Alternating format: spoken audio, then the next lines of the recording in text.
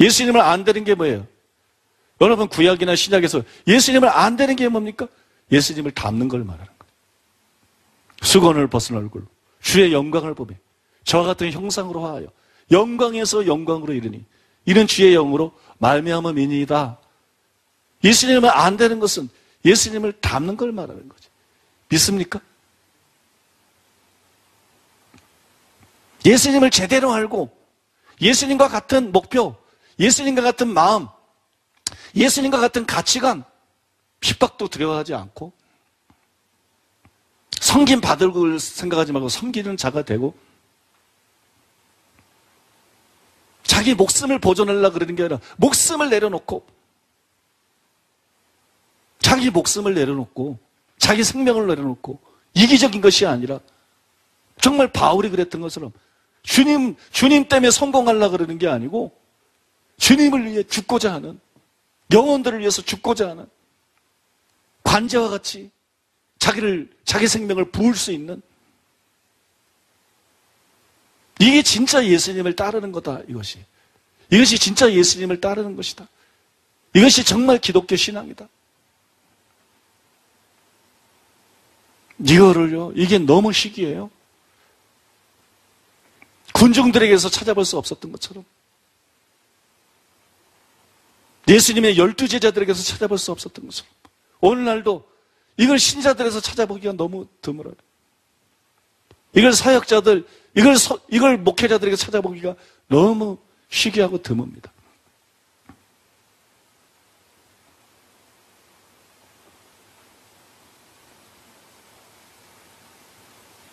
심판 속에서는 이게 드러난단 말입니다. 알량하게 좀 거룩하게 살았냐? 단순히 이거가 심판이 전부는 아니란 말입니다. 뭐 죄를 끊었느냐, 습관적인 죄가 있느냐 없느냐, 그건 구원의 커트라인 얘기지. 심판 속에서는 주님이 그걸 다 달아본다고. 마음과 생각에 숨은 뜻, 감춰졌던 모든 것이 드러난다고.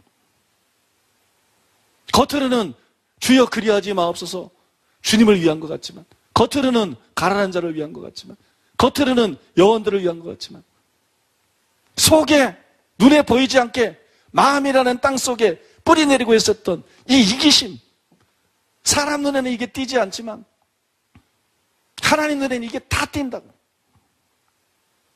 하나님 눈에는 이것이 다 적나라하게 드러난다고. 예수님이 어떻게 천국에서 주가 되셨어요? 어떻게 천국에서 왕이 되셨어요? 빌립보서 2장에 보면 자기를 비어 종의 형체를 가져 죽기까지 복종하셨으니 하나님이 그 이름을 높여 하늘과 땅과 땅 아래 모든 자들을 그 이름 앞에 무릎을 꿇게 하시고 주라 시인하게 하셨다. 비움으로써 왕이 되는 거죠.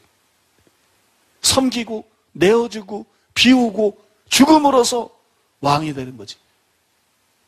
그게 예수님이 앞서가신 길이고 그게 우리가 걸어가야 될 길인 것이지.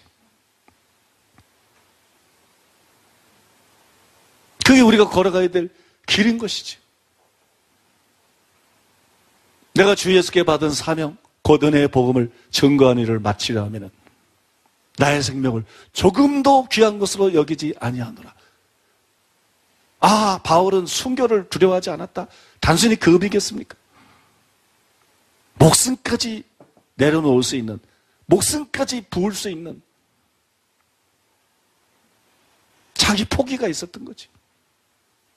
모든 것을 배설물로 여기고 주를 따르기로 한 사도 바울이 끝까지 변하지 않고 주님을 위해서, 영혼들을 위해서 목숨까지도 아낌없이 내려놓을 수 있는, 자기를 다 쏟아부을 수 있는, 그래서 바울이 위대한 거지.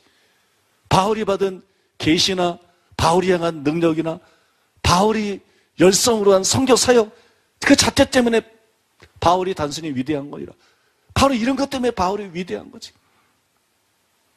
사도행전에 나오는 바울의 모습, 바울서신에 나오는 바울의 모습, 특히 목회서신인 디모데전서, 디모데후서, 디도서에 나오는 이 바울의 모습, 그것은 바로 옥합을 깨트린 여인의 모습입니다. 그것은 바로 베드로에게도 이해받지 못하고 요한에게도 이해받지 못하고 야고보에게도 이해받지 못하고 외롭게 홀로 그 길을 걸어가신, 외롭게 홀로 겟세마네 동산에서 죽음을 앞두고 홀로 기도하신, 베드로가 잔 잠이 무슨 잠이에요? 이기심의 잠이죠.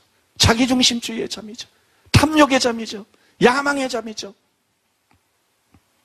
야고보가 잔 잠, 요한이 잔 잠, 12 제자들이 잔 잠, 그게 단순히 육신의 잠입니까? 결국은 이기심의 잠이었던 거지. 자아중심의 잠이었던 거지. 예수님 홀로 이기심이 없이, 욕심이 없이, 자아가 없이 자신의 목숨을 대성물로 주기 위해서, 그거를 굴하지 않고, 두려움에, 고통에 굴하지 않고 끝까지 자신을 내어주기 위해서 예수님 홀로 핏방울이 땀방울이 되기까지 기도하신 거 아니에요? 바울에게서 여러분 그 모습이 보이는 것입니다. 옥합을 깨트린 여인에게서 그 모습이 보이는 것이고, 또 사도 바울에게서 그 모습이 보이는 것이에요. 요즘 저를 포함해서 이 모습이 보이는 목회자가 얼마나 되느냐? 요즘 저를 포함해서, 우리 교회 신자들을 포함해서 이 모습이 보이는 신자들이 과연 얼마나 되느냐?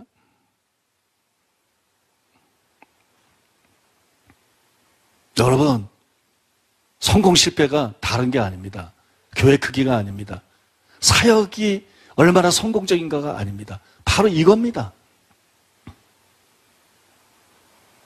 예수님이 가신 길을 갈 수만 있다면, 수가성 여인처럼 자기를 내려놓을 수만 있다면, 사도 바울처럼 내가 그리스도를 본받으라 된 것처럼 너희도 나를 본받은 자가 되라, 이 고백을 자신 있게 할 수 있다면 그는 여러분 승리자인 것이에요. 그는 왕인 것입니다. 초대형 교회 목사들이 왕처럼 보일 수 있어요. 제왕처럼 보일 수 있어요. 왕 아닙니다. 왕 아닙니다. 왕 흉내내는 자들입니다. 왕 노릇하는 자들입니다. 진짜 왕은 바로 여러분 예수님 같은 이런 마음을 가지고 예수님의 그 뒤를 따라가는 사람이에요. 이 사람이 왕인 거예요.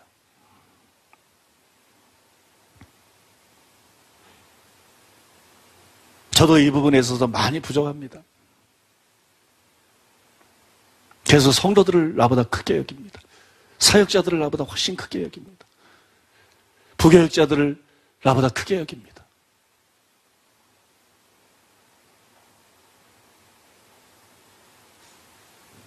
이게 우리가 함께 열심을 내어서 추구해야 될 점이에요. 우리가 달려가야 될 우리의 진정한 경주입니다. 기도하고 전도하고 봉사하고 설교하고, 이게 우리의 경주라고 착각하면 안 됩니다. 이게 우리의 경주입니다. 자기 몸을 쳐서 복종시키는 겁니다. 자기중심적이 되지 않도록, 이기적이 되지 않도록, 탐욕적이 되지 않도록, 명예욕에 사로잡히지 않도록, 지위를 탐내지 않고 자리를 탐내지 않도록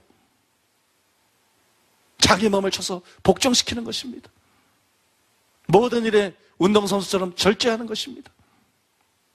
바울이 말하는 것처럼 이게 우리 앞에 놓여져 있는 경주예요. 이게 진짜 우리가 달려가야 될 경주입니다.